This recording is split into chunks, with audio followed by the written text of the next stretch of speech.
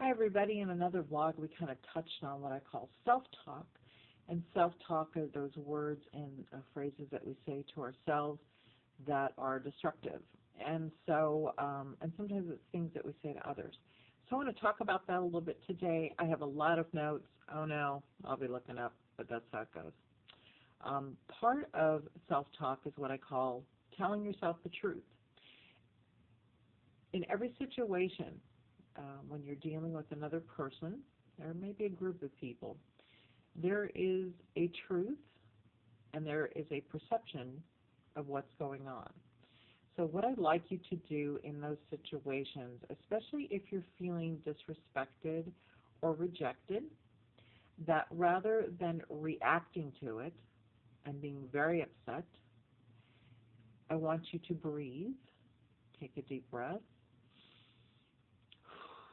blow it out, settle yourself down, and respond rather than react.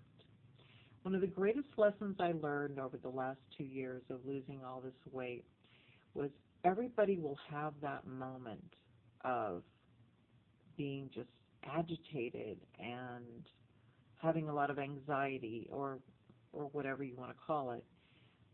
But you have that moment and you're thinking, if somebody just gave me a donut, I would feel better. We all go through those. Whatever your favorite thing might be, maybe it's chocolate or whatever. The point is that you need to stop yourself and respond to it. Don't react to it. Give yourself a few moments to calm yourself down and breathe through the moment.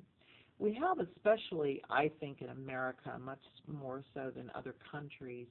You'll notice, like, if you go to Europe or even in South America, you'll find people during the day sort of, in South America we're talking about siesta time, but what it really is just they take moments throughout their day to reflect and be calm at the cafe or having a glass of wine or whatever it might be that they use to kind of settle themselves throughout the day. In America, we're just go, go, go, go, go, do, all the time. And it's not really good for us. And it creates an awful lot of stress on our bodies.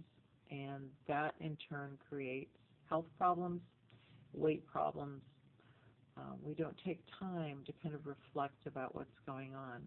So in those situations, I want you to tell yourself the truth. What is really happening here? Because it always takes two to tango.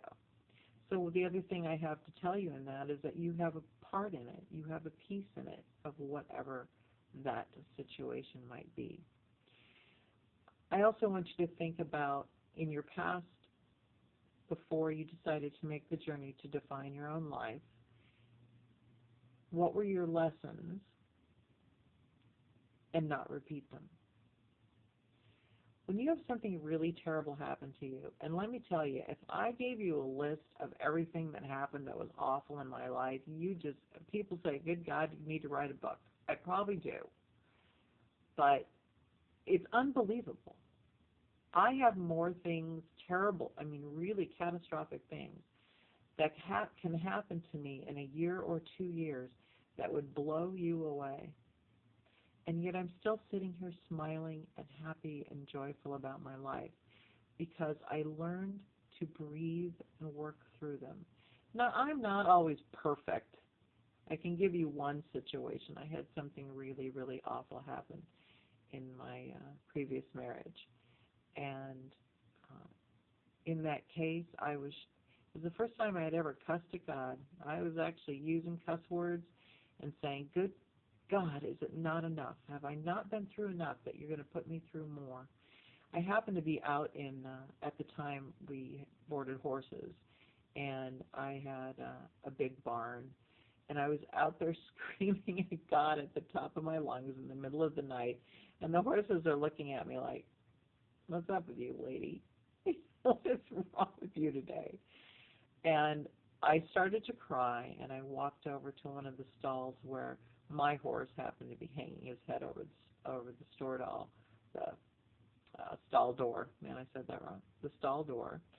and he had his little head hanging over there, and he was an Arabian and kind of hot-headed, and so he wasn't always, Mr. Snuggly. But at that moment, he knew that I was very upset, and he calmed himself way down, hung his head down, letting me know that it was okay to be near him. And I remember crying on that horse's face, head to head, forehead to forehead, as he sat quietly and let me cry on him. And in that moment, in my moment of despair, that animal was my best friend. And so I want you to really think about those moments in your life like that. And I reflect on that moment often because it's a time where I learned a lesson about my strength, my ability to work through really terrible catastrophic events. And the one thing that came from that is I don't have fear anymore. I am pretty much, there's a few things I'm afraid of that, I try not to think about too often, but it's rare because I know no matter what comes my way, I will find a way to work through it, and I will learn a lesson from it, and I will move on, and I'll try not to let it happen again and not to do it again. And I think it's important for our self-talk to realize we're stronger than we think we are. So tell yourself some good things today. You're beautiful. You're lovely. You are defining your life. And if you have to walk around going, I am defining my life, whatever you have to do to boost yourself, please do that. And I will see you tomorrow. Take care.